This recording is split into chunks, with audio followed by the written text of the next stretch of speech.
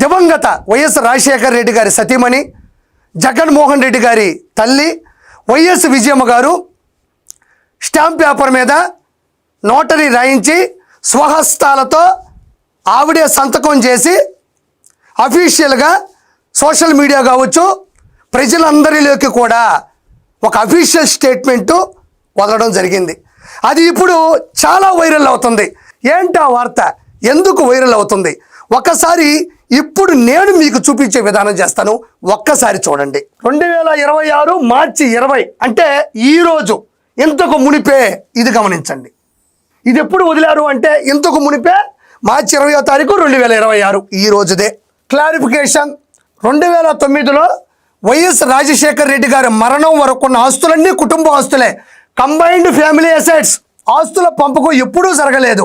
అన్ని ఆస్తులను నలుగురు మనుమలకు సమానంగా పంచాలని వైఎస్ఆర్ ఉద్దేశం. ఇది ఆయన ఆదేశం కూడా. దగ్గర వాళ్ళందరికీ తెలిసిన వాస్తవమే. అంటే ఆయన బతుకున్నప్పుడు ఆయన సంపాదించినటువంటి చిరాస్తులు, ఆదాయం అంతా కూడా తన మనుమలకు అంటే జగన్మోహన్ రెడ్డి గారి పిల్లలకి, షర్మిలారెడ్డి గారి పిల్లలకి చెందాలి అని ఆయన ఉద్దేశం, ఆదేశం కూడా, ఆయన ఆర్డర్ కూడా పాస్ చేశాడు. అప్పటి ఆ కుటుంబ సభ్యులందరికీ తెలిసిందే అని ఆవిడ చెప్పడం జరిగింది. ఇక్కడ చూడండి, ఎంఓయూలో మెమరాండమ్ ఆఫ్ అండర్స్టాండింగ్లో షర్మిలకు రాసిన ప్రతి ఆస్తి న్యాయంగా ఆమెకు చెందాల్సినవే ఆవిడే చెప్తుంది, వినండి. బ్రాకెట్లో అందుకే జగన్ ఎంఓయూ రాశాడు. నిజానికి తనకు తక్కువే రాశాడు, అంటే షర్మిలారెడ్డి గారికి చాలా తక్కువ రాశాడు అని ఆవిడే చెప్తున్నారు. సరస్వతి సిమెంట్తో సహా ఎంఓయూలో లేని యలహంక ల్యాండ్ కూడా షర్మిలదే.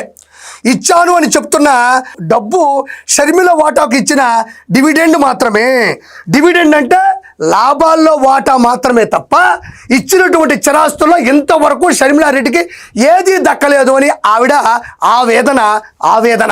ఇక్కడ చూడండి, ఆస్తుల విషయంలో జగన్ తన మేనల్లుడికి, మేనకోడలికి ఎప్పటి వరకు అన్యాయం చేశాడు, ఎప్పటికైనా న్యాయం చేస్తాడని తన తల్లిగా ఆశిస్తున్నాను. ఇది ఒకసారి చూడండి. ఆస్తుల విషయంలో జగన్ తన మేనల్లుడికి, మేనకోడలికి అన్యాయం చేశాడు, ఎప్పటికైనా న్యాయం చేస్తాడని తన తల్లిగా ఆశిస్తున్నాను. నిజంగా చెప్తున్నా, ఇది వైఎస్ విజయమ్మ గారే రాసినటువంటి, అంటే ఇచ్చినటువంటి ఓపెన్ స్టేట్మెంట్. ఇది స్టాంప్ పేపర్ మీద నోటరీ రాయించి ఆవిడే సంతకం పెట్టి, చూడండి, వైఎస్ విజయమ్మ గారే సంతకం పెట్టారు. ఇక్కడ చూడండి, తన తల్లిగా ఆశిస్తున్నాను అంటున్నారు. నిజంగా చెప్తున్నా, నేను కూటమిలో ఉండొచ్చు, నేను ఒక మనిషిగా ఆలోచిస్తున్నాను. ఒక తల్లి ఆవేదన అర్థం చేసుకొని రాజకీయాలకు అతీతంగా మాట్లాడుతున్నా. ఏ రాజకీయ చరిత్రలో కూడా ఒక ఎక్స్ ముఖ్యమంత్రి యొక్క తల్లి ఈ విధంగా ఓపెన్గా ఇలాంటి స్టేట్మెంట్ ప్రజలందరికీ ఇవ్వడం మొదటిసారి అని నేను భావిస్తున్నాను. నాకు చాలా బాధగా ఉంది.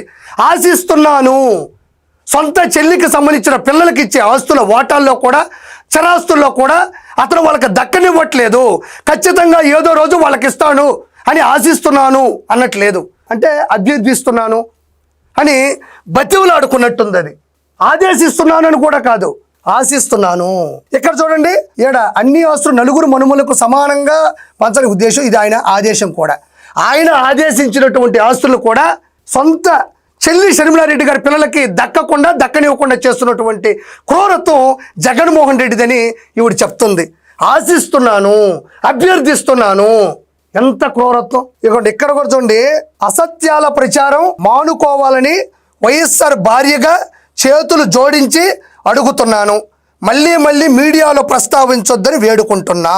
అంటే ఆవిడ అనేది సాక్షి పత్రిక, సోషల్ మీడియా ఉంది కదండి, దాంట్లో దీన్ని వక్రీకరించొద్దు, నేను ఓపెన్ స్టేట్మెంట్ ఇస్తున్నాను, నా కూతురి బిడ్డలకి అన్యాయం జరుగుతుంది, దీన్ని వక్రీకరించి అంటే సాక్షి దానికి సంబంధించినటువంటి సోషల్ మీడియాలో విస్తృతంగా చెప్పొద్దు, నేను చేతులు జోడించి అడుక్కుంటున్నాను అంటుంది. ఇంతకన్నా దారిద్ర్యం, ఇంతకన్నా దౌర్భాగ్యం ఎవరికైనా ఉంటుందా? చెప్పండి జగన్మోహన్ రెడ్డి గారు. ఇక్కడ చూడండి, దేవుని సాక్షిగా నేను రాసినవన్నీ వాస్తవాలు మాత్రమే. దేవుని సాక్షిగా నా కూతురికి జరుగుతుంది అన్యాయం, ఇది నిజం. జగన్మోహన్ రెడ్డి అబద్ధ ప్రచారాలు చేస్తాడు, ఆ సోషల్ మీడియాని ఆపండి. ఎంతో ముందు కూడా ఏం జరిగిందంటే, ఈవిడ స్టాంప్ పేపర్ మీద, నోటరీ మీద సంతకం పెట్టి ఎందుకు ఓపెన్ చేయాల్సి వచ్చిందో తెలుసా? ఎందుకు చెప్పాల్సి వచ్చిందో తెలుసా?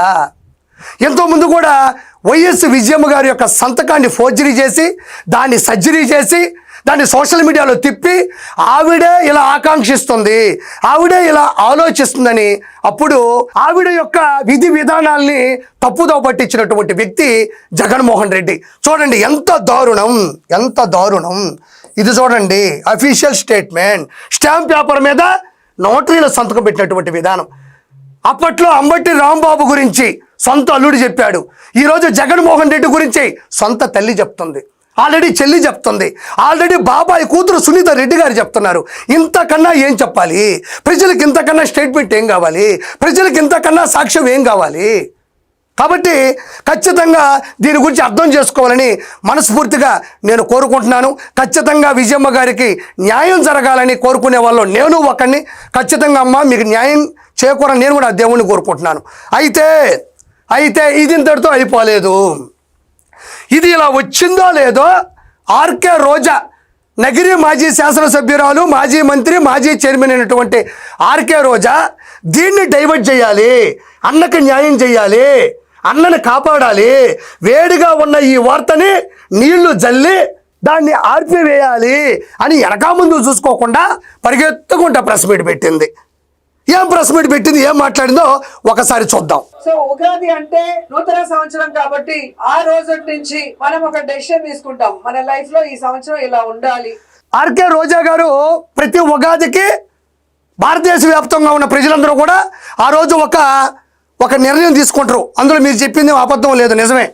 కానీ ఇంకా నువ్వు నిర్ణయం తీసుకోవడానికి ఏమీ లేదు. నగిరి ప్రజలు ఆల్రెడీ నీ మీద నిర్ణయం తీసుకున్నారు నిన్న ఉగాది నాడు. నిన్న ఉగాది సందర్భంగా నగిరిలో ఉండే ప్రజలందరూ కూడా మూకముడిగా కూర్చొని ముచ్చటించుకుంటూ ఆర్కే రోజాని జీవితంలో నగిరి శాసనసభ్యురాలుగా గెలిపించకూడదు అని నిర్ణయం వాళ్ళు తీసుకున్నారు. ఇది చరిత్ర పుటముల్లో లిఖించదగింది. ఎవరైనా ప్రజలు నిర్ణయం తీసుకుంటారు వాళ్ళ కోసం. ఫస్ట్ టైం నీ కోసం తీసుకున్నారు నగిరి రోజాని. నగిరిలో అడుగు పెట్టనివ్వకూడదు, ఈసారికి అడిగిన ఓట్లు వేయకూడదు. పోయినసారి 45,004 ఓట్ల తేడాతో ఓడించాం, ఈసారికి డిపాజిట్లు గల్లంతయ్యేలా చేద్దామని ప్రజలు నిర్ణయించుకున్నారు. నీ నిర్ణయం ఎవరికి కావాలి? నీ నిర్ణయం ఎవరికి కావాలి? నీ నిర్ణయం పడుచుకునే స్థితిలో ఎవరో లేరు, వాళ్ళు నిన్ను నిర్ణయించుకున్నారు.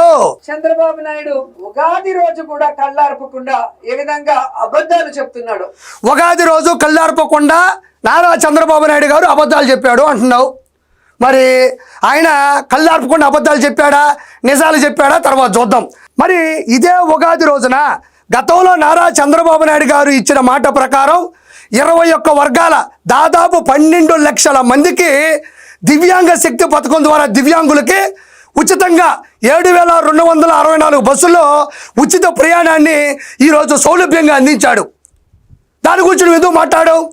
దివ్యాంగ శక్తి పథకం ద్వారా ఈరోజు 7,264 బస్సుల్లో వాళ్ళకి ఫ్రీగా ఉచితంగా బస్సు సౌకర్యాన్ని అందించాడు.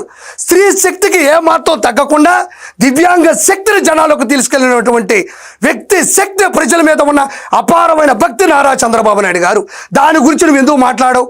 అది జనాల్లోకి వెళ్ళింది కదా, అందరూ హర్షిస్తున్నారు కదా, అందరూ చప్పట్లు కొడుతున్నారు కదా. వాళ్ళు చప్పట్లు కొడుతుంటే మీరు దుప్పట్లు వేసుకుని పడుకోండారా అని ఈరోజు నేను ప్రశ్నిస్తుండా. ఏమో నిద్రపోతున్నావా? మరి ఆయన చేసినటువంటి నిజాన్ని నువ్వు అబద్ధాలతో సమకూర్చి ఎందుకు చెప్తావో నాకు అర్థం కావట్లే. ఇంకా అబద్ధాలు చెప్తున్నాడు. ఆయన ముఖ్యమంత్రి అయ్యే వరకు 5 సంవత్సరాలు రాష్ట్రంలో ప్రజలు ఎవరు సంతోషంగా లేరంట. నారా చంద్రబాబు నాయుడు గారు చెప్పారు, గత 2019 నుంచి 2024 మధ్యన జగన్మోహన్ రెడ్డి అధికారంలో ఉన్నప్పుడు ప్రజలు ఎవరు సంతోషంగా లేరు అని. అదే ఆవిడ అడుగుతుంది, జగన్మోహన్ రెడ్డి గారు అధికారంలో ఉన్నప్పుడు ఎవరూ సంతోషంగా లేరంట అని. ఎస్, ఆంధ్రప్రదేశ్లో ఏ మూలకెళ్ళినా మీరు ఒక్క రోడ్డు కూడా వేయలేదు, దాని మీద నడిపిన వాహనదారులు సంతోషంగా ఉంటారా? ఉండలేరు. మిట్ట మధ్యాహ్నం పట్టపగలు కాలేజీల్లో, స్కూళ్ళల్లో, యూనివర్సిటీల్లో గంజాయి అమ్మితే దాన్ని పీల్చుకున్న పిల్లలు, దాన్ని భరించిన తల్లిదండ్రులు సంతోషంగా ఉంటారా? ఉండలేరు. 7 కొండల సాక్షిగా కొండల మీద హైందవ ధర్మాన్ని పక్కన పెట్టి అన్యమత ప్రచారాన్ని విస్తృతం చేస్తుంటే హిందువులు సంతోషంగా ఉంటారా? ఉండలేరు. పేదవాడి కడుపు నింపి 5 రూపాయలకి అన్నం పెట్టి అన్న క్యాంటీన్లని నిలబడి కూల్చి మూసివేస్తే పేదవాడు ఆనందంగా సంతోషంగా ఉంటాడా? ఉండలేడు. తల దాచుకునే విధంగా చంద్రబాబు నాయుడు గారు నిర్మించిన టిట్కో ఇళ్ళని ఉన్న పొలంగా మూసివేసి కోట్ల రూపాయల ప్రజాధనాన్ని వెచ్చించి మీ జెండా కలర్లు వేసుకుంటే పైశాచిక ఆనందంతో మీరుంటే దాంట్లో తలదాచుకునే వాళ్ళు సంతోషంగా ఉంటారా?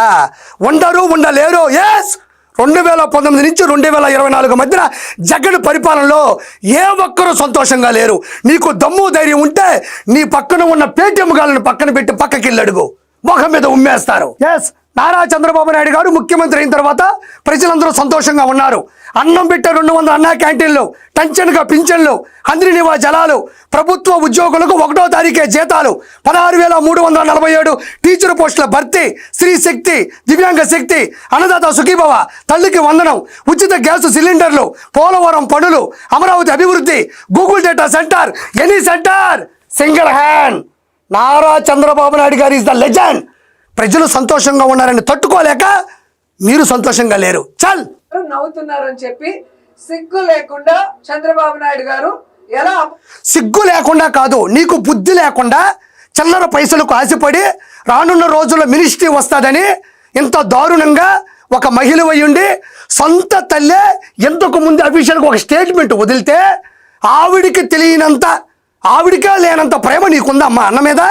సొంత చెల్లి కన్న తల్లే మమ్మల్ని మోసం చేసి నడి రోడ్డు మీద పడేశాడు అని వాళ్ళు చెప్తుంటే నీకు బుద్ధి లేకుండా స్క్రిప్ట్ కోసం, ఆ మ్యాటర్ని డైవర్ట్ చేయడం కోసం, ఏరే విధంగా కన్వర్ట్ చేయడం కోసం నువ్వు వేస్తున్న వేషాలు నాకు తెలిసి సినిమా ఇండస్ట్రీలో కూడా అన్ని వేషాలు వేయలే. ఇవే వేషాలు ఇవి? ఇంత దారుణంగా ఇంత అబద్ధాలు చెప్తారని ప్రజలు అడుగుతున్నారు, నేను కాదు. అవసరమా ఇవన్నీ? రాష్ట్ర ప్రజలు చూసి ఆశ్చర్యపోయారు. జగన్మోహన్ రెడ్డి గారి ప్రభుత్వంలో ప్రతి పేదవాడు, ప్రతి రైతు, ప్రతి మహిళ, ప్రతి నిరుద్యోగి, ప్రతి విద్యార్థి కూడా ఎంత సంతోషంగా ఉన్నారు. అండ్ మరి ప్రతి పేదవాడు, ప్రతి రైతు, ప్రతి విద్యార్థి సంతోషంగా ఉంటే, వాళ్ళు నిజంగా సంతోషాన్ని చూసి ఉంటే, ఆనందంగా ఉంటే మనకి ఎందుకు 151లోంచి 5 పోయినాయి? కూటమి ప్రభుత్వానికి ఎందుకు 164 సీట్లతో పట్టం కట్టారు? ఎందుకు నారా చంద్రబాబు నాయుడు గారిని తిరిగి ముఖ్యమంత్రిని చేసుకున్నారు? అంటే వాళ్ళు సంతోషంగా ఉన్నారు అని నువ్వు సంతోషంగా చెప్పినంత మాత్రాన ఎవరు నీ సంతోషాన్ని లెక్కలోకి తీసుకోరు. ఎవరు సంతోషంగా లేరు కాబట్టే ముఖ్యంగా నీ పరిపాలనలో శాసనసభ్యురాలుగా నువ్వు నగిరికి ఏ సేవలు చేయలేదు కాబట్టే నగిరిని సేవ్ చేసుకోవడం కోసం పూర్తిగా వైఎస్ఆర్సీపీని సేవ్ చేశారు అని మనస్ఫూర్తిగా నీకు తెలియజేసుకుంటున్నా ఆర్కే రోజా. ఎంత సంతోషంగా ఉన్నారు. అండ్ రెండోది, ఎప్పుడు చూసినా భారతమ్మ మీద పడి ఏడుస్తారు అందరూ. మరి తెలుగు వాళ్ళ నూతన సంవత్సరానికి చంద్రబాబు నాయుడు భార్య ఎక్కడికి వెళ్ళింది? హెరిటేజ్ లో కూర్చొని పాలు పితుక్కుంటున్నారా అంటున్నావు. అసెంబ్లీకి రాకుండా అన్న గొర్రెల్ని, నగిరిలో అడుగు పెట్టకుండా నువ్వు బర్రెల్ని కాపలా కాస్తున్నారా? కాపు కాస్తున్నారా? పేడ అమ్ముకుంటున్నారా? దోళ్ళు తోలుకుంటున్నారా? పాలు మొత్తం చక్కగా ముందుకు పోసుకుంటున్నారా అని నేను అనగలను, నేను అంటాను. ఎందుకంటే విశ్వవిఖ్యాత నట సార్వభౌమ తారక రామారావు గారి కుమార్తె 4 సార్లు ముఖ్యమంత్రి అయ్యి తెలుగు రాష్ట్ర గౌరవాన్ని చరిత్ర పుటముల్లో నిలబెట్టిన నారా చంద్రబాబు నాయుడు గారి సతీమణి. నాకు అనాలనిపిస్తుంది, కానీ నా పార్టీ సంస్కారం అడ్డొస్తుంది. నేను అనలేనా? నాకు నోరు లేదా? నీలాగా ఏమన్నా నాకు స్క్రిప్ట్ కావాలా? ఏందా మాటలు? నీ మాదిరిగా అక్రమంగా 3,000 కోట్ల రూపాయలు దోచేసి దాచేసి అంగరంగ వైభవంగా బతకట్లేదు ఆవిడ. కంటి మీద కునుకు లేకుండా, పేదవాడి నుంచి రూపాయి ఆశించకుండా ఎన్టీఆర్ ట్రస్ట్ ద్వారా ఉచితంగా విద్యని, వైద్యాన్ని, బ్లడ్ క్యాంపులు, మెడికల్ సర్వీసెస్లు, గ్రామీణాభివృద్ధి, స్కిల్ డెవలప్మెంట్ ట్రైనింగ్, విపత్తులలో సహాయం, తలసేమియా బాధితులను తల్లిలా చూసుకుంటుంది. తలమాసిన వాళ్ళకి మీకేం అర్థమవుతుంది? ఆవిడ చేసిన సేవలను గుర్తించి గమనించి లండన్కు పిలిపించి డిస్టింగ్విష్డ్ ఫెలోషిప్ అవార్డు ఇచ్చారు. ఆవిడకి అవార్డు ఇచ్చారు. నెక్స్ట్ ఎలక్షన్స్లో నీకు ఆ అవార్డు కూడా ఇవ్వరు ప్రజలు. ఆర్కే రోజా గారు ప్రజల సొమ్ముతో విలాసవంతమైన జీవితం గడుపుతూ కాస్ట్లీగా విషెస్ చేస్తే ఎలా ఉంటుందో చూడండి. చూడండియా. Good morning, have a great day. Good morning, have a great day.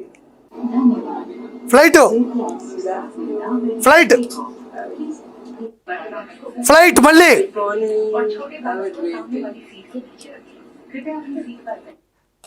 అంటే ఇలా చెప్పాలి సార్. ఎవరైనా కూడా విషెస్ ఇంత కాస్ట్లీగా చేయాలి, విషెస్ చెప్పాలి, సోషల్ మీడియాలో పోస్ట్ చేయాలి. ఎందుకు ఇలా వస్తుంది? ఒకసారి లగ్జరీ కారులో, ఒకసారి ఎయిర్పోర్ట్లో, ఒకసారి ఫ్లైట్లో చక్కటి చిరునవ్వుతో ఎలా వస్తాయి?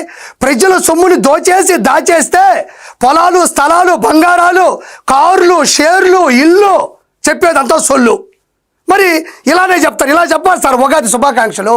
కాబట్టి ఆర్కే రోజా, భువనేశ్వర్ గారి గురించి మాట్లాడే హోదా, స్థాయి, స్థానం నీకు లేదు, గుర్తుపెట్టుకో. నువ్వు ఎందుకు కేవలం ఈ వీడియో చేసావంటే విజయమ్మ గారు జగన్మోహన్ రెడ్డి గురించి చెప్పిన పచ్చి నిజాల్ని తప్పుదోవ పట్టించడానికి నువ్వు ఈ వీడియో చేసావు తప్ప ప్రజలకు ఏ ఉపయోగం లేదని మనస్ఫూర్తిగా చెప్పుకుంటూ నేను మీ కిరాక్ కార్పేని.